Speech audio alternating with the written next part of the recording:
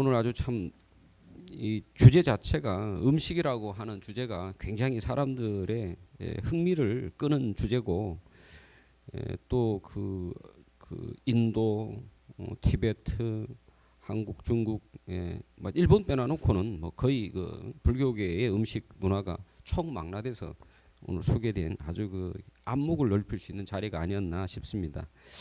오늘 5분인데 한 분 한 분 질문을 받기보다는 무작위로 질문이 있으신 분은 교수님을 지정해 주시고 질문을 간결하게 해 주시면 되겠습니다. 또 당장 처음에는 보통 질문이 잘 안 나오는데 또 질문을 하는 그 과정 속에서 또 대답하는 과정 속에서 또 질문이 많이 나오니까요. 뭐 누가 먼저 좀 질문을 하나 해 주십시오. 특히 그 채식 문제 같은 경우는 굉장히 아주 저도 개인적으로 흥미롭더라고요. 네, 스님. 네. 소개를 좀 해주시고 그리고 질문을 네, 간결하게 반갑습니다. 부탁드리겠습니다. 저는 그 봉영사 금강유런에서 계율을 그러니까 학인 스님들하고 같이 계율을 이제 공부하고 있는 정현이라고 합니다. 그래서 오늘 이제 주제 자체가 음식 문화이지만 음식의 윤리와 철학이지만 그 많은 내용들이 사실은 율장의 내용하고 관련이 좀 많아서 저희가 이제 그 유런생 스님하고 같이 왔습니다. 그래서 뭐 제가 구체적인 질문보다는 이제 조윤경 선생님 발표하신 그 부분에 대해서 아주 감명 깊게 제가 잘 보았고요. 현재로 봐도 사실은 그 누구지? 그 약무제의 논리를 지금도 그런 여전히 이제 이 육식 문제라든지 채식 문제를 얘기하면 동일한 논리로 굉장히 정치하게 이분이 반박을 하고 있기 때문에 비집고 들어갈 틈이 없을 정도로 사실은 굉장히 예리하거든요. 그리고 그 스님들의 그 당시 반박을 보면 조금 많이 서툴죠. 스님들의 그 대응 자체가 좀 서툰 경향이 있는데 뭐 질문이라기보다는 이제 저는 그 글을 보면서 한 가지 부분이 좀 추가됐으면 좋지 않을까. 그러니까 그 아까 논평하신 분께서 잠깐 언급은 하신 것 같은데요. 그러니까 주는 대로 먹는 걸식 탁발 문화가 중국으로 넘어오면서 걸식과 탁발에 대한 사회적 부정적 인식이 굉장히 강했기 때문에 그러니까 내가 주는 대로 먹어야 된다는 것이 아까 그게 왜 자신을 희생하는 것이라고 말씀을 하셨는데 제가 출가자로 살아보면 물론 우리 한국은 굉장히 좀 다르죠. 근데 내가 먹기 힘든 것을 먹어야 된다는 건 사실 굉장한 희생이 필요합니다. 네. 그런데 그 부분에 있어서 자발적으로 선택할 수 없는 것이 중국 불교로 넘어오면서 선택할 수 있는 형태로 바뀌었다는 거죠. 사찰 안으로 조리가 들어오면서 그러면서는 이게 뭐냐면 근본이 무너지게 되는 거잖아요. 이 성문율에서 얘기하는 근본이 무너지다 보니까 그것을 해석하는 그 율사 스님들 같은 경우는 훨씬 더 많은 세밀한 장치를 걸어 놓습니다. 그래서 내가 자발적으로 선택할 수 있는 형계 환경이 됐을 때 우리는 그 음식이 주는 욕망의 문제라든지 이런 것에 대한 저항이 훨씬 더 힘들어지는 거예요. 그죠? 그 환경 자체상 그러다 보니까 도선율사를 비롯한 많은 분들이 엄청나게 이제 장치를 걸어놨거든요. 그래서 훨씬 더 세밀하게 지금 그 대만에 있는 율종 도량들은 그 남방에 있는 그 테라바다 불교 쪽보다 비시식이라든지 이런 것에서 훨씬 더 예민하게 작동 장치를 걸어놨다. 그래서 그 부분이 좀 그러니까 탁발 문화가 절안으로 정지라는 형태로 들어오면서 이게 바꿔진 그것이 사실은 그 당시에 약무제의 어떤 그런 이론적 배경을 이렇게 뭐랄까요? 뒷받침할 수 있었다라는 데 한 요소가 되지 않았나 해서 그 부분이 조금 더 강조가 되셨으면 좋았겠다라는 생각을 하나 했고요. 또 하나는 이제 죄송합니다만 한 가지만 더 하자면 한수진 선생님이 발표하신 그 부분도 아주 인상 깊게 제가 봤습니다. 저는 이제 쭉 공부를 하면서 한국 불교가 왜 이렇게 음주에 대해서 관대한가 혹은 계율 부분에 대해서 성문율에 대해서 이렇게 이제 정말 제가자분들도 그렇고 관대한가에 대해서 생각을 해봤는데 여러 가지 이유 중에 이제 제가 잠정적으로 내렸던 결론은 조선과 일제라는 형태를 거치면서 굉장히 많이 왜곡이 됐다라고 생각을 했습니다. 근데 그 중에서 이제 오늘 조선 후기 그 당시 사회적으로 술에 대한 인식이 이제 어떠한지에 대해서 논거를 들어서 발표를 해주시니까 그 이후에 제가 이제 근현대 경어 스님 이후로 왜 지금까지도 한국이란 곳이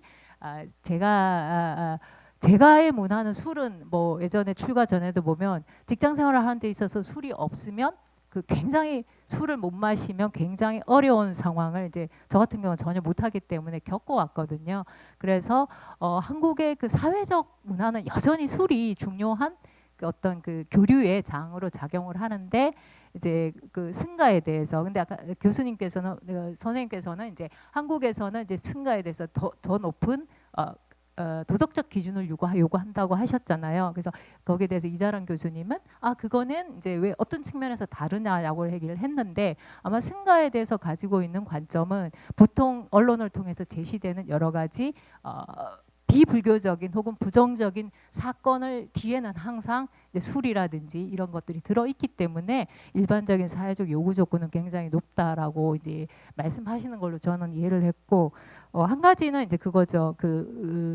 술에 대해서 그러면 왜 율장에서는 아까 이제 빨류를 얘기하셨는데 사실은 사분율에서도 동일하거든요. 술인데 내가 순이 아니라고 생각을 하고 마셨어요. 그러면 그게 왜 발제가 되느냐 그 문제인데 거기에 대해서 이제 이자란 교수님께서는 이거는 의도와 상관없이 무조건 술이면 발제다라고 얘기를 하셨는데 사실 저는 이제 아까 그 교수님께도 잠깐 말씀을 드렸지만 한수진 선생님께서 보시는 그 해석이 조금 더 타당하다라고 생각을 하는데 이유는 가장 많은 연구를 하신 도선율사는 사분율 행사초 지범 반개편이라는 것이 있습니다. 그래서 아주 세밀하게 어떻게 하면 어떤 행위가 벌어지면 범하는 것이고 어떤 행위가 벌어지면 범하지 않는 것이라는 걸 분리를 해놓으셨는데 거기 보면 술에 대해서 이분이 특별히 언급해 놓으신 게 있습니다. 그래서 당신은 글이 너무 짧아서 이게 조금 이해가 잘 안 되긴 하지만 기존의 율사들의 해석과 나는 다르다. 그러면서 전제로 걸어놓은 게 뭐냐면 부처님께서 자 술인데 내가 술이 아니라고 마셨는데 왜 그거를 간결하게 말씀을 좀 해주십시오. 네, 바일제로 했느냐에 대해서 이제 도선율사는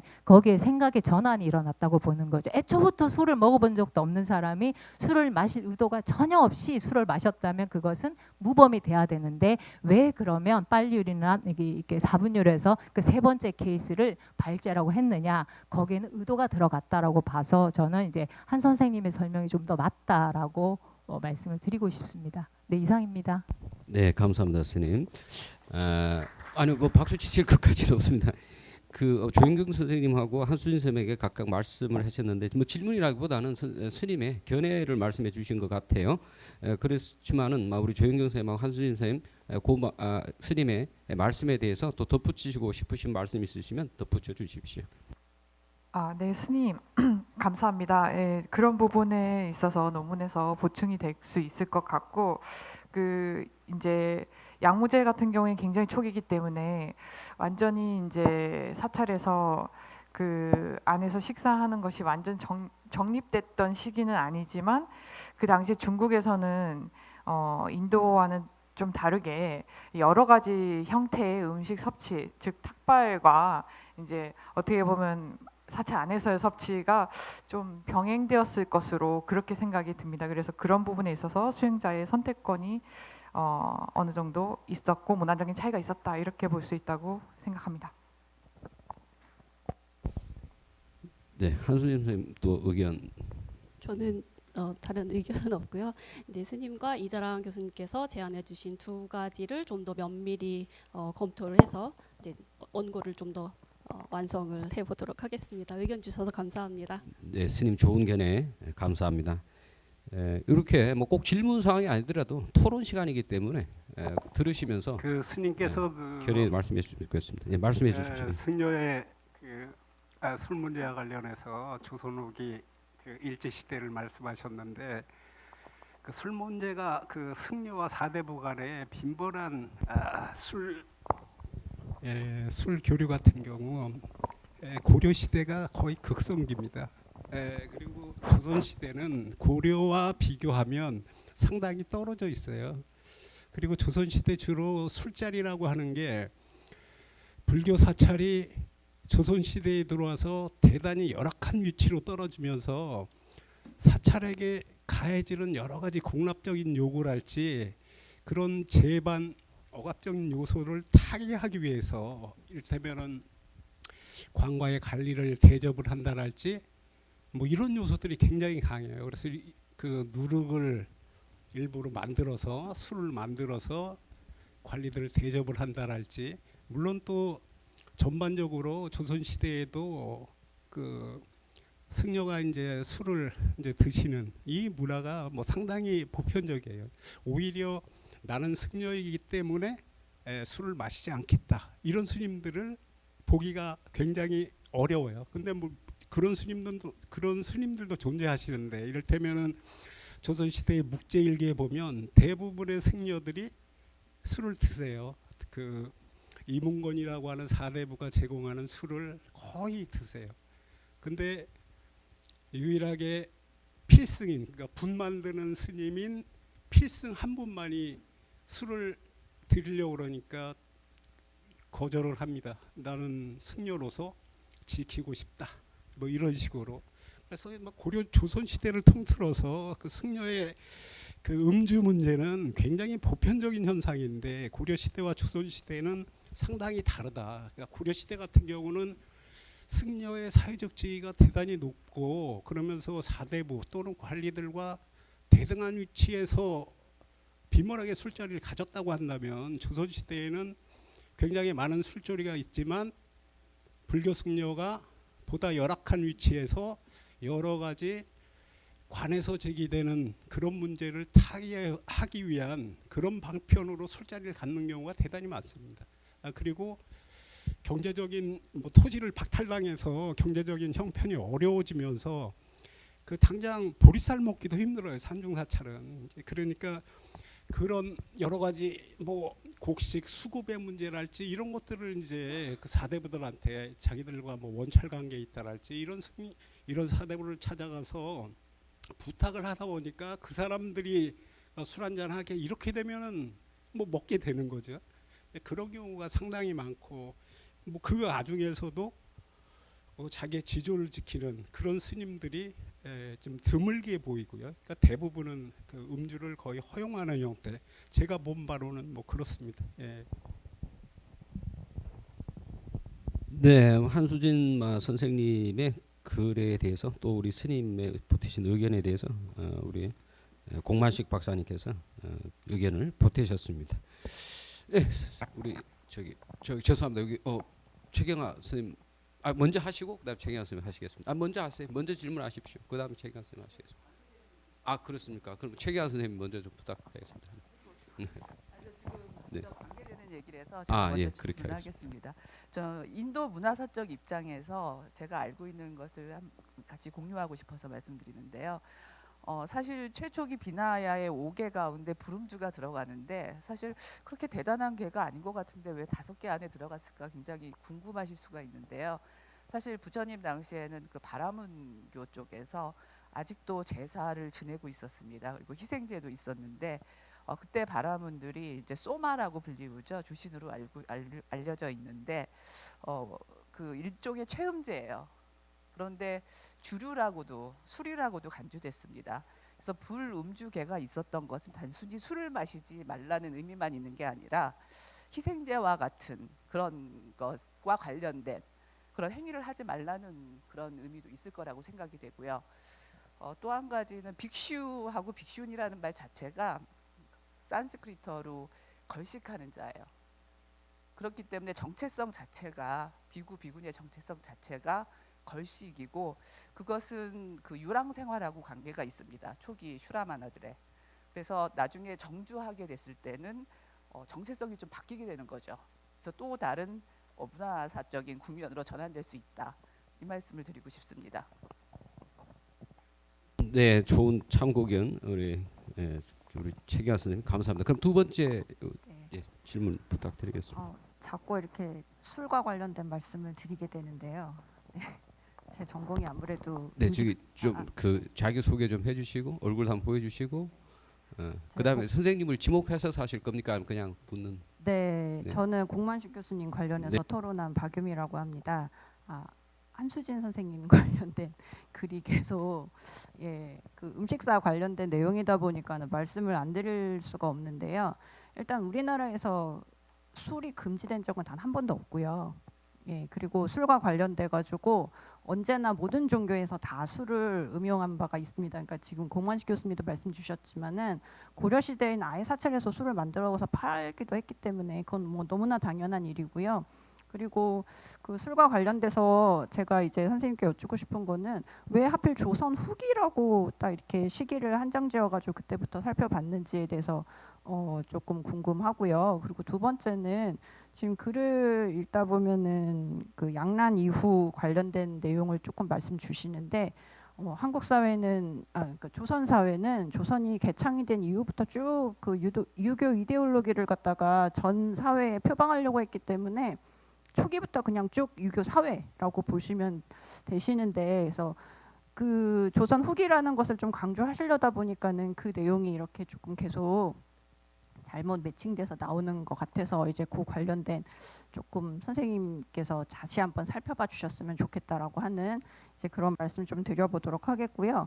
그리고 그 술과 관련돼 가지고 그 금주 얘기 아까 조금 드리다가 말았지만은 일제강점기도 금주된 적 없습니다. 그리고 일제강점기 조선 총독부는 주세가 전체 세금의 3분의 1이라고 할 정도로 엄청나게 많이 걷었거든요. 그러니까 많이 팔았다는 얘기예요. 그래서 가양주 관련한 것을 술을 팔아가지고 주세를 얻기 위해서 금지를 한 거지 마시는 걸 금지한 건 아닙니다. 그래서 대부분의 금주 분위기는 너무 많이 마시니까 절주하자, 그만 먹자, 뭐 이런 분위기라서 이제 그 관련된 말씀 꼭 드리고 싶었고요. 그리고 제가 두 번째 질문 드리고 싶은 것은 술 관련해가지고 사실은 교류, 뭐 접빈객 이거를 갖다가 많이 강조를 주셨는데 사실 조선 사대부도 차 되게 많이 좋아했습니다. 그래가지고 이목이라고 하는 선배 같은 경우에는 아예 차에 그 5가지 공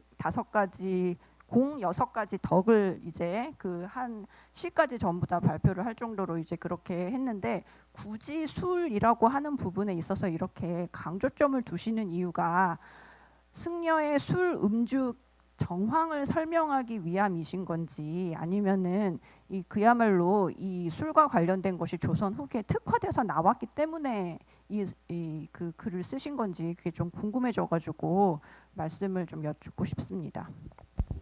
네, 한수진 쌤에 대한 질문인 것 같은데요. 뭐 질문 충분히 이해하셨죠? 네. 대답 부탁드리겠습니다. 자리가 이 바로 카메라 앞에 있는 것도 부담스러운데 네, 아마 이제 많은 채식 이야기 중에 이제 음주 문제가 있어서 좀 더 관심을 가지시는 것 같습니다. 네, 이미 선생님들께서 좋은 말씀 많이 해주셨고요. 그게 보편적인 내용으로 다가오는데 굉장히 제가 오늘 또 지금 이 자리 종합 토론도 처음 하다 보니까 뭐 필기독을 가져왔었는데 일단 생각나는 거 먼저 말씀드리면 제가 왜 조선 후기로 잡았느냐라고 했을 때 일단은 왜 스님들이 술을 마셨을까라고 하는 이유를 찾아야 되는데 그 이유가 바로 문헌을 바탕으로 해야 하고 그 문헌을 찾다 보니까 조선 후기에 이런 선시에서 많이 나타난다는 거였습니다. 그래서 물론 조선 시대는 스님들이 차도 많이 마시고 사대부에서 차도 많이 마시고 이렇게 아는 바이고 그런데 이제 차와 술을 같이 이야기하려다 보니까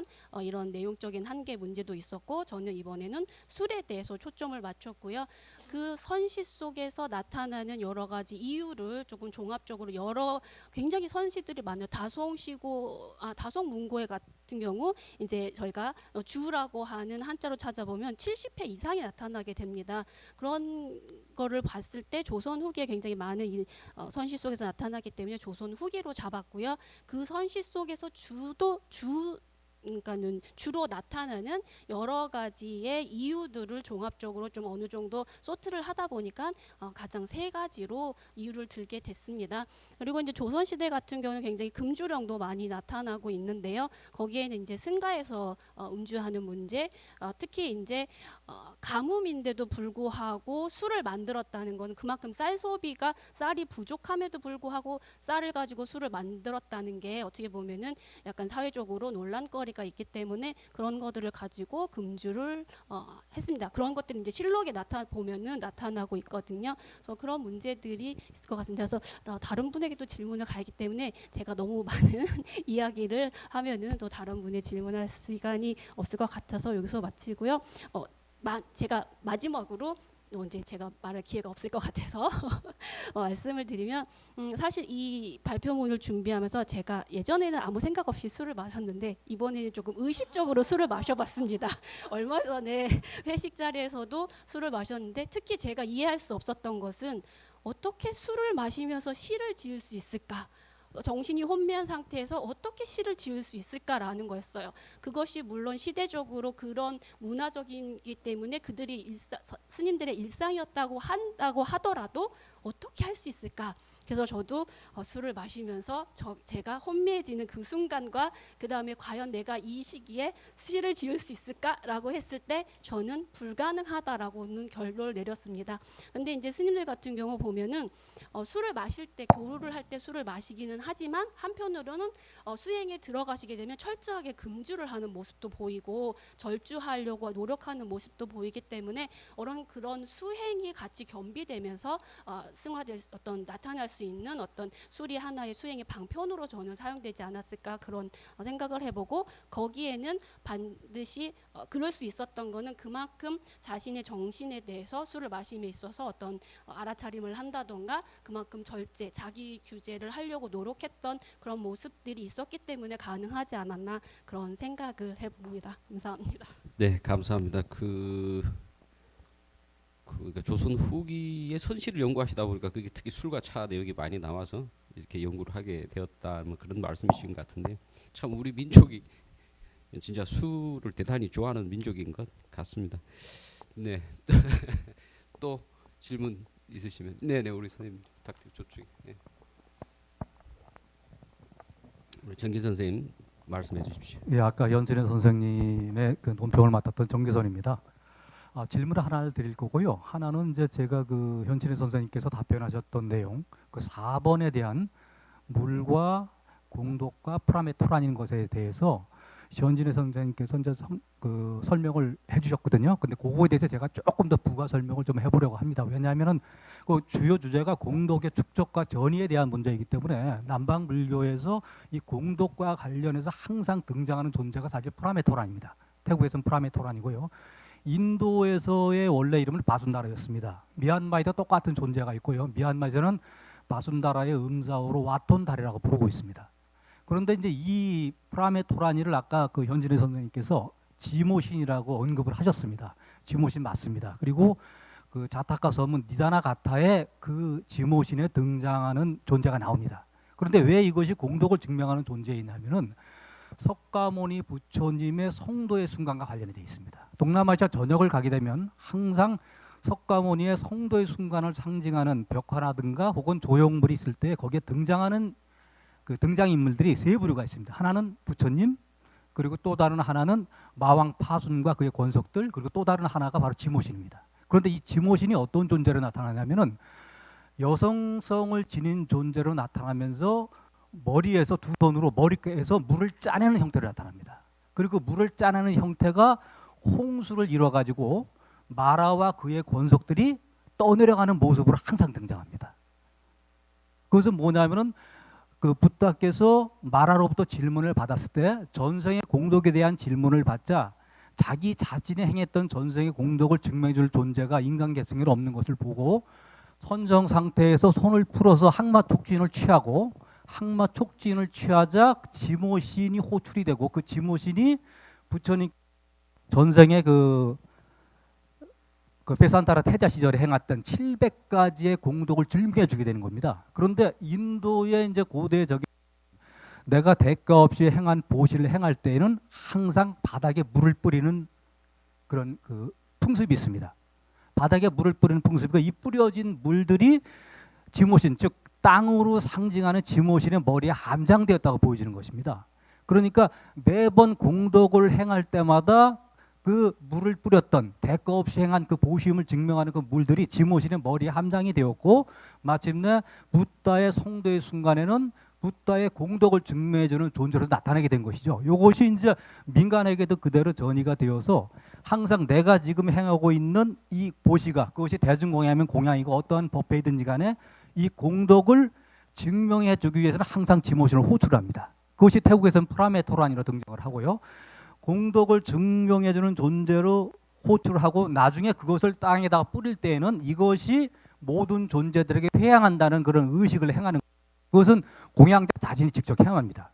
때문에 물이라는 것은 사실 공덕을 의미하는 것이고 공덕수인 셈이죠. 그리고 프라메토란이라는 존재, 그 지모신은 공덕을 증명하기 위해서 항상 나타나는 존재이고, 그리고 이 존재를 갖다가 항상 호출하기 위해서 특별한 주문들이 하나 만들어지게 되고요. 그것을 통해서 이제 사람들은 내가 행한 이것이 공덕이다라는 것을 확신을 가지게 되는 것입니다. 그래서 이제 이것이 거의 모든 불존대에 다 나타나 있는 물과 공덕과 지모신의 관계고요.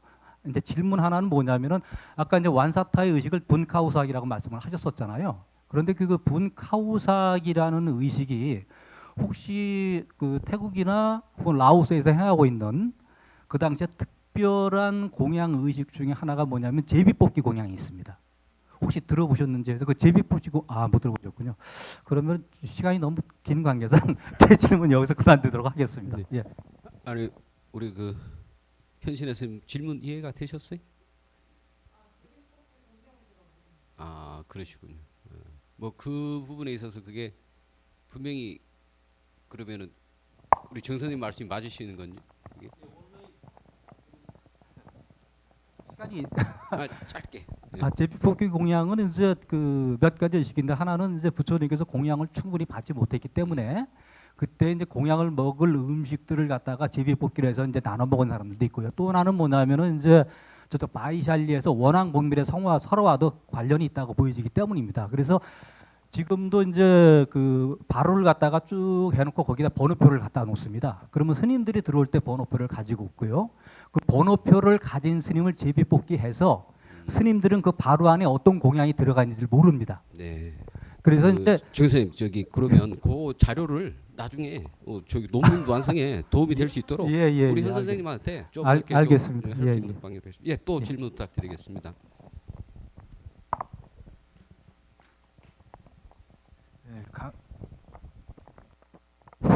강양숙 선생님께 좀 질문을 드리겠습니다. 여기 자료집 46페이지를 보면 그 세 번째 단락인데요.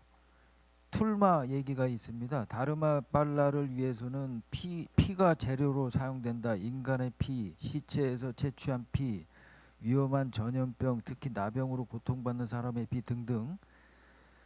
이런 이제 그 이게 이제 그 의례에서 사용된다 이런 설명이죠. 네네. 그리고 그 밑에 이제 다음 단락을 보면 불법을 수호하는 마하칼리 그 발리 의례에서는 인간의 살이나 피로 된 두개골 컵으로 만든 곡물을 사용한다 이렇게 돼 있는데요. 이거를 나중에는 그러니까 쌀과 보리로 이거를 그 모양을 형태를 내는 겁니까? 이걸 그대로 쓰질 않고 이게 그렇죠. 여러 가지로 예, 그 토르마의 변경이 형태로. 되면서 쌀과 보리로 그거를 그 비슷하게 만들고 그러면 피 같은 건 어떻게? 색깔로 칠하는 거죠. 염료로 빨간색, 붉은색으로. 물에다가 염료를 풀어가지고 이제 비슷하게 그러니까 그 만들어서. 물에다가 뭐 예를 들면은 그 홍차는 붉은색이잖아요. 아까 보면 치자였나요? 치자. 네, 치자였나요? 그거에 이제 붉은색 빛을 내는데 그거를 그런 것들을 갖다가 뿌려가지고 염료를 이제 사용하는. 그러면 네. 원래는 이제 이런 것들을 실제로 이제 그런 것들을 썼는데 불교의 네. 영향에 의해 네. 가지고 네. 그렇게 바뀌어 간 건가요? 그러니까 그걸 두 가지로 볼 수 있습니다. 그게 이제 이게 내적 공양으로 바뀌면서 내적 공양은 이제 그걸 관상을 통해서 하는 것이기 때문에 이런 실제로 안 어떤 써도 되니까. 그렇죠. 예. 네. 그러니까 실제로 예를 들면 이런 의뢰들을 행했던 흔적들은 다 있고요. 그리고 그런 이제 그 극악한 어떤 의뢰들을 행한 것들이 다 이제 문헌에 나와 있고요. 그 다음에 이제 그것이 내적 공양으로 바뀌면서 이제 관상으로만. 관상을 통해서, 예. 그러면 이제 어쨌든 그 분노전 같은 경우는 분노전이 원하는 곡물들이 있다라는 거죠. 정해진 곡물들이 있다는 거죠. 그럼 그 분노전이 항복법을 할 때나 아니면 조복법을 할 때나 뭐 적을 갖다 만약에 항복시켜야 된다. 아니면 조복을 시켜야 된다라고 할 때는 그 해당하는 곡물을 먹고서 그것을 이제 달래면서 그게 이제 파워가 나올 수 있는 힘이 나올 수 있는 거거든요. 그래서 본전과 그 본전 종격 수행을 할 때 내가 마하칼라하고 만약에 한 몸이 돼야 되는 거예요. 그게 이제 생기차제와 구경차제에서 그렇게 이제 관상으로서 마하칼라를 이 심장에다가 관해서 그것을 빛으로 투사해서 그 빛이 다시 끌어들이는 과정에서 이제 구경차제에 이르러서는 이제 그것을 행할 수 있게 하는 거거든요. 그 전 단계에서 이 곡물 의뢰를 하게 되는 거예요. 그리고 이제 네. 관상으로 그런 식으로도 하고 네. 실제로 이제 이걸 모조품으로 만들어 가지고 그렇죠. 근데 이제 하기도 하고. 그것이 현대에 와서는 그럼 어떤 식으로 남아 있는가라고 봤어요. 그래서 아까 이제 기원 대법회 얘기를 했었잖아요. 그러면 그것을 갖다가 이제 톨마를 갖다가 반죽을 해가지고 그 형태로 만들어가지고 실제로 이제 인간의 어떤 뼈대 같은 스파인 같은 거를 갖다가 척추를 세우고 그 위에 이제 머리의 모양으로 하는 이제 해골의 모양을 하고 이제 그런 식으로 해가지고 모양을 만들게 되는 거죠. 그럼 해골 모양도 이제 그 쌀이나 보리 같은 걸로 그렇죠. 반죽을 해서. 예. 그리고 아니면 버터의 모양으로 버터를 갖고 깎아가지고 조각을 해서 만드는 경우도 있는 거예요. 아, 네, 예, 예. 알겠습니다. 네, 흥미롭습니다. 또 질문 부탁드리겠습니다. 네, 질문 여기 앞에서 직접 교수님 요 그 앞에서 쓰시면 되시겠습니다. 네, 저는 현신의 선생님께 질문 드리려고 합니다. 그래서 이제 우리가 이러한 학술대의 의의가 음식에 대해서도 예전에는 음식은 좀 개인의 취향이라는 문제가 그런 생각이 팽배해 있었다면 어떤 지금 이제 너무 풍족함이 문제가 되는 그런 사회에서 우리가 음식 섭취에서도 어떤 기준이라든지 잣대가 필요한데 그렇게 되면 이제 어떤 거기에 대한 담론, 윤리적인 담론이 꼭 필요하다고 생각을 합니다. 그런 면에서 아까 전에 이제 말씀하셨던 아주 흥미롭게 들었는데 그 스님들께서 이제 그 제가자들의 공덕을 다 쌓게 해주시기 위해서 그거를 다 한 번씩 건드려야 되고 그러다 보니까 이 비만이라든지 이제 심장병이라든지 뭐 등등에까지도 이어지는 이 고통스러운 상황이 있다라고 말씀을 하셨는데 저도 이제 그게 이해가 안 되는 것은 아닙니다. 제가 이제 공양드린 것에 대해서 만약에 스님들이 이제 공양하시지 않으면 소원함이 일어나는 게 이제 제가자의 이제 그런 마음일 테고 하긴 하지만 어떤 이 음식 윤리가 사실은 이제 문화사적으로도 그냥 이런 문화 저런 문화 이제 각가지 존중받아야 될 문화가 있다라고 할 수도 있지만 그것의 어떤 이제 윤리적인 의미를 찾고 그것을 조금 더 바람직한 방향으로 변화시킨다라는 의미에서 볼 때는 아까 전에 그 부분이 이제 스님들이 고통을 감내하면서도 그 음식을 다 섭취하시는 게 과연 꼭 필요한 자비심을 보여주는 행인가 저는 좀 그런 의문이 들었습니다. 이제 뭐 여기에서 더 이제 이 부분을 전공하시는 전공자 전문가님들도 많이 계시지만 그 불교에서 이제 기본적으로 음식이라는 것은 아주 기본적으로는 탐착의 이 탐심과 관련돼 있으니까 어떤 그런 면에서 수행자의 이제 저의죄라든지 그런 것이 조금 더 우선되어야 하지 않나라는 생각도 드는데요. 그런 부분에 있어서 이제 그런 사산화 공동체에서의 이제 어떤 논의 같은 것이 있는지 아니면 좀 그런 부분에 대해서 어떻게 생각하시는지 좀 전반적인 의견을 여쭙고 싶습니다.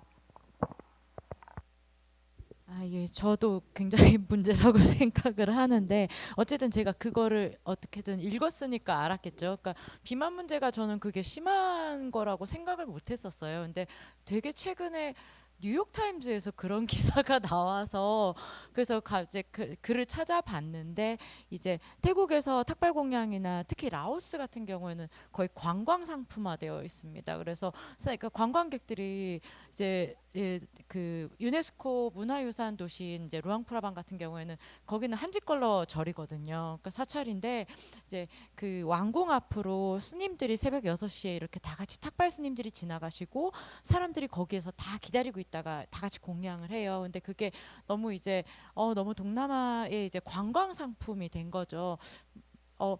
그렇게 하면서 이제 사람들이 마치 이제 그것이 아름다운 풍습이다. 라고 미화된 것도 굉장히 많아요. 그래서 이제 아까 말씀하셨던 그런 진짜 사실 진짜 스님 먹고 싶지 않은 것도 다 먹어야 되고 너무 과식하셔야 되고 그러니까 그런 문제들이 안 드러나다가 최근 들어서 이제 그러니까 옛날엔 사실 그걸 걱정할 필요가 없었던 거예요. 그만큼 들이지도 못했고. 근데 이제는 사실은 음식이 많아졌잖아요. 그러니까 그만큼 풍족해졌다는 얘기죠. 그러니까 현대 사회에서 뭐 중산층이 아까 채식 선호하는 것처럼 스님들의 건강 문제도 이제 나오기 시작한 거죠. 옛날에는 그렇게 풍족하게 못 드렸지만 이제는 스님들이 풍족하게 드시기 때문에 그런 건강 문제가 나오기 시작하고 태국 사회에서도 사실 그 문제에 대해서 뉴스에 간간히 계속 나옵니다. 그러니까 이 스님 너무 뚱뚱하다 이러면서 그래서 왜 스님이 이렇게 주황색 천은 몸을 감으셔야 되는데 다 감을 수가 없다 뭐 이런 이제 그런 이야기도 이제 농담처럼 나오는데 이제 제가 보기에는 그것이 어떠한 이제 사회 그러니까 종교의 변화가 종교 법전에서만 일어나는 것이 아니라 전반적으로 사회적인 경제적인 문화적인 변화가 있어서 그거를 반영하는 게 아닐까라고 생각이 들어요. 그러니까 스님들의 건강 문제를 이야기하는 게 어떻게 보면 지금 현 시대에 이제 갖고 있는 그 풍요 속에 풍요가 만들어낸 문제고 그것들이 이제 스님까지도 간 것이 아닌가라고 저는 조금 생각이 듭니다. 근데 이거에 관련해 가지고 아까 채식 열풍 그 질문을 이제 아까 김한석 선생님께서 하셨잖아요. 그래서 이제 태국에서 1970년대 말에 그러니까 산티아속이라고 이제 채식주의를 이제 하는 이렇게 단체가 나왔어요. 근데 이 산티아속이 이제 이름을 들어보면은 여기저기 되게 사실 산티아속 제가 그 이름을 딱 처음 봤었을 때 맞아요. 채식이 여기는 권장이 아니라 규율이에요. 그러니까 되게 특이하게 태국에서 유일하게 채식을 규율로 삼은 종파인 거죠. 근데 이 종파를 세운 사람이 원래 이제 TV 연예계 사업을 하다가 이제 본인이 이제 출가를 했고 그 사람이 자기가 채식주의자니까 채식주의를 아예 규율로 만들어 버린 거예요. 근데 이 산티아속이 그래서 뭐 이제 되게 극보수 적이고 급진적이고 그런 종파로서 되게 역할을 많이 하다가 1989년에 결국엔 승가에서 쫓겨나게 되거든요. 근데 그 쫓겨나는 이유가 이 사람이 정치적 활동을 해서 그래요. 그러니까 그래서 그런 부분들 때문에 이제 그러니까 아직까지는 그렇게 그런 채식 문제가 태국에서는 그게 화두로 된 적은 네, 없었어요. 조금 간결하게 관련해서. 말씀 좀 예. 부탁드리겠습니다. 시간이 좀 예. 다 돼가서요. 예. 그래서 그 부분 아까 말씀드리려고 했었습니다. 예.